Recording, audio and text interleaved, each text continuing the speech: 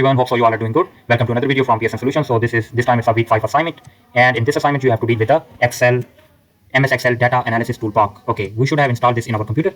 So this is the file. My assignment is already, I have already solved this assignment, and so this is the main sheet. I freeze the first row, and what we have to do, we have to run in the first step. We have to run the descriptive statistics. This is step 1, and I have run that. There we go. Where is the sheet? This is the descriptive statistic for the step 1 for the column of age in year, month, and days. Okay, so we have to sort the data in the file largest to smallest. I have done that here. In this file, there we go. In this file.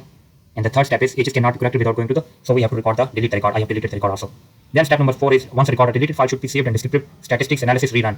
I have rerun that.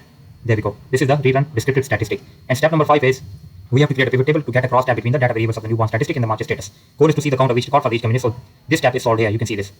You can see this. I have removed the record once. When it was not removed, we have this kind of pivot table. Then we have removed the record. We have this kind of pivot table. There we go. So if you want me to do this assignment for you, just hit me on WhatsApp or email, and I can do this full complete course for you. I can do the other courses like accounting, finance, mathematics, and statistics. Thank you so much for watching.